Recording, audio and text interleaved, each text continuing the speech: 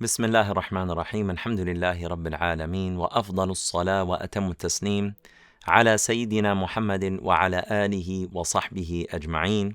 We're continuing our study and our reflections on Surah Al-Qasas.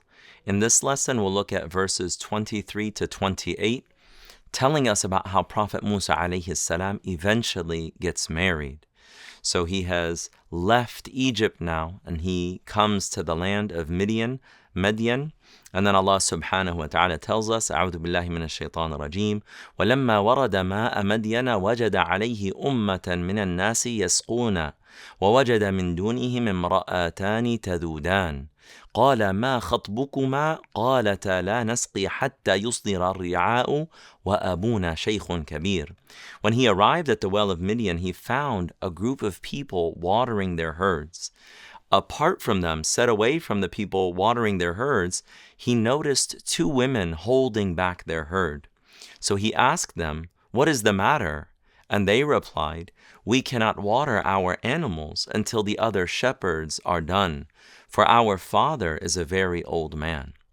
Then Prophet Musa alayhi salam, Allah tells us, فَسَقَى لَهُمَا ثُمَّ تَوَلَّى إِلَى الظِّلِّ فَقَالَ رَبِّي إِنِّي لِمَا أَنزَلْتَ إِلَيَّ مِنْ خَيْرٍ فَقِيرٌ. So then Prophet Musa alayhi salam, out of a favor to them and wanting to be in service, he watered their herd for them. Then he withdrew to the shade and prayed, رَبِّي إِنِّي لِمَا أَنزَلْتَ إِلَيَّ مِنْ خَيْرٍ فَقِيرٌ. My Lord, I am truly in desperate need of whatever provision you may have in store for me. So this teaches us that when you are in service of others, when you help those in need, Allah subhanahu wa ta'ala opens doors of great blessings for you. So Prophet Musa, he waters their herd, then he sits under the shade. And now he is expressing his gratitude to Allah subhanahu wa ta'ala for being able to drink that water and to sit in that shade.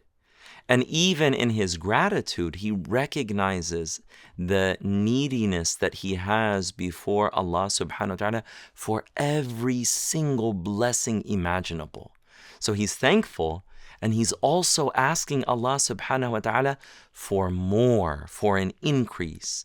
Even though you've blessed me with water and shade, and you saved me from these people in Egypt, and you brought me to this land, I still am in desperate need of whatever other good you have in store for me.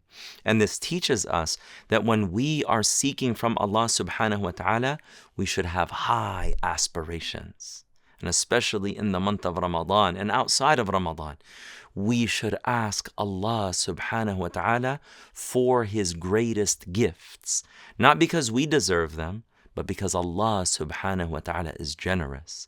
As the Prophet sallallahu alaihi wasallam taught, he said, if you ask Allah, ask Him for al-firdaus al-a'la, ask Him for the highest garden of paradise, which shows us that we should have these high aspirations and always seek more from Allah subhanahu wa ta'ala.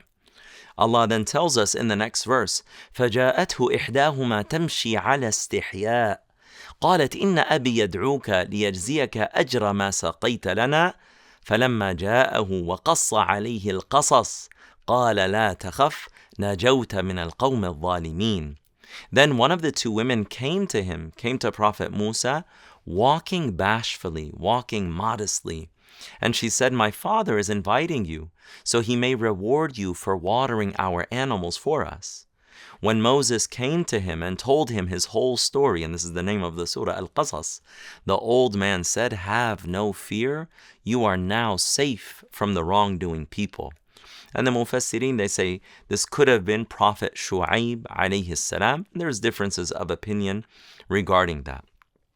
Then Allah tells us in the next verse, قالت إحداهما يا أبتي استأجره إن خير من استأجرت القوي الأمين.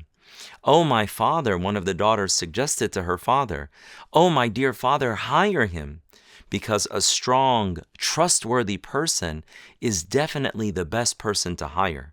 So he has two daughters, and he himself is elderly. So having someone who could help him in his livelihood and so forth would be very useful. So then he says, قال إني أريد أن أنكحك إحدى ابنتي هاتين على أن تأجرني 8 حجج فإن أتممت 10 فمن عندك وما أريد أن أشق عليك ستجدني إن شاء الله من الصالحين. The old man proposed, I wish to marry one of these 2 daughters of mine to you, provided that you stay in my service for 8 years. If you complete 10, it will be a favor from you, but I do not wish to make it difficult for you. Allah willing, you will find me an agreeable man. قَالَ ذَلِكَ بَيْنِي وَبَيْنَكَ. So then Prophet Musa alayhi salam, he accepted. أَيَّمَا الْأَجَلَيْنِ قَضَيْتُ فَلَا عُدْوَانَ عَلَيْهِ وَاللَّهُ عَلَى مَا نَقُولُ وَكِيلٌ. Moses responded, it is settled between you and I, whichever term I fulfill, the 8 years, or if he adds 2 more years and works a little bit longer with him, there will be no further obligation on me, and Allah is a witness to what we say. So Allah subhanahu wa ta'ala is showing us in the surah, despite the challenges that Prophet Musa alayhi salam faced, leaving Egypt, having accidentally killed someone, coming to this foreign land, being in need of Allah subhanahu wa ta'ala, but turning to Him sincerely and engaging in good and serving people to the best of one's ability, that this is a sign that Allah subhanahu wa ta'ala will then open doors of facilitation. And what happened after that? Prophet Musa alayhi salam, he got married. He connected with this elderly man. Some who say it's Shu'aib, others say maybe not. But he marries his daughter and he begins this next stage of his life.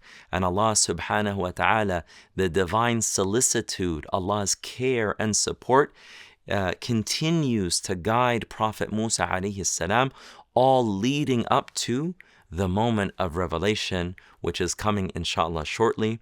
We ask Allah subhanahu wa ta'ala to increase us in understanding of the Quran, to make us people of service, to make us people who turn to Allah with true neediness and true aspirations seeking from Him, and that Allah subhanahu wa ta'ala takes care of all of our affairs with His gentleness and goodness and mercy.